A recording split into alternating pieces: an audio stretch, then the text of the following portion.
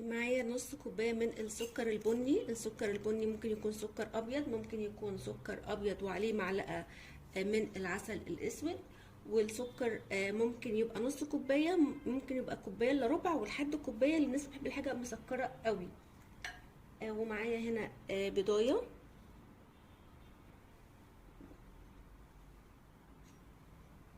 وعليها نص معلقة صغيرة من الفانيليا، ومعايا هنا نص كوباية من الزبدة الطرية بدرجة حرارة المطبخ.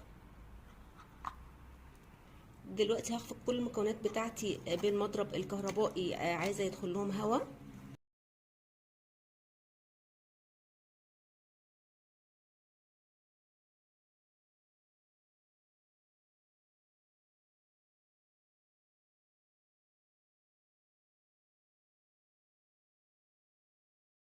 الخليط بتاعي بقى فاتح والسكر داب ودخلوا هوا زي ما احنا شايفين كده.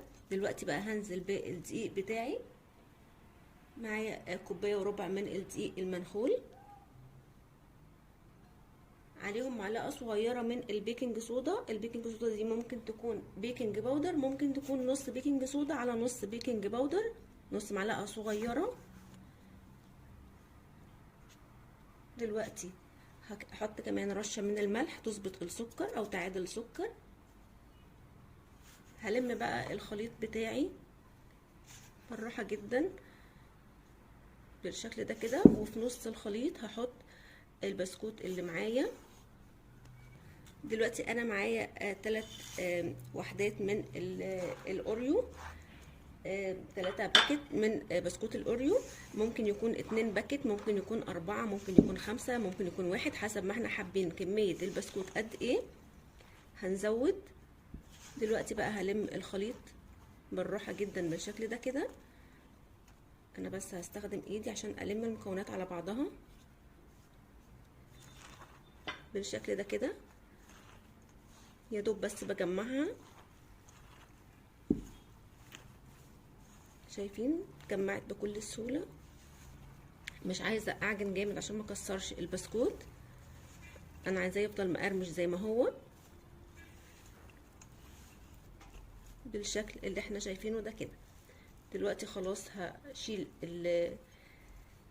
الخليط بتاعي في التلاجة 10 دقايق لحد ما اجهز الصاجون بتاعتي، وممكن نشتغل كده على طول من غير ما اشيله في التلاجة. كده بقى ببولة الايس كريم هحط الكوكيز بتاعي. ممكن تكون بالمعلقة عادي خالص، ممكن بايديا. هي العجينة سهلة جدا في التشكيل، بس انا بس عايزة الاحجام تكون قد بعضها. وطبعا بما ان الكوكيز بيكبر او بينفش في الفرن، فانا هبعد المسافات بين كل واحدة كوكيز والتانية بالشكل ده كده.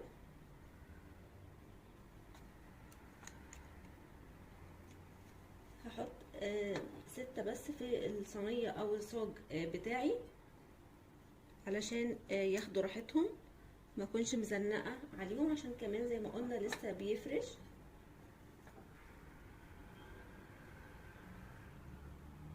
بالشكل ده كده طعم الكوكيز مع البسكوت الاوريو القرمشه بتاعته حلوه جدا، وبتحسي ان كده حاجه حلوه جدا في بقك. بما ان في كوكيز، فالقرمشه وطعم الكوكيز وكريمه الكوكيز كمان، كل الحاجات دي بتبقى حلوه قوي.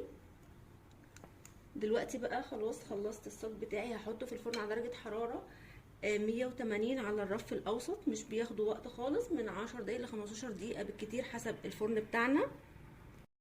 وكده الكوكيز بتاعنا بعد ما طلع من الفرن لازم نسيبه يهدى تماما. ما ينفعش نشيله من الصينية وهو لسه طري او سخن، عشان بيبقى طري وهيتكسر مننا.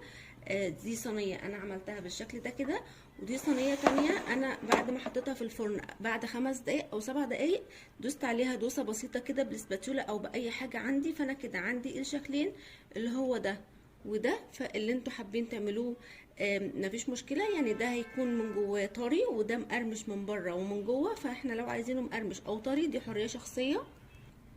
وبكده الكوكيز بتاعنا بقى جاهز معانا. شكله وطعم تحفة جدا. شايفين بقى قد ايه حلو جدا من جوه ومن بره. يا رب وصفه النهارده تكون عجبتكم، واللي جرب الوصفه تعجبه يسيب لي رايه في كومنت. ما تنسوش تعملوا لايك، واللي اول مره يشوف قناتي يعمل اشتراك. سلام.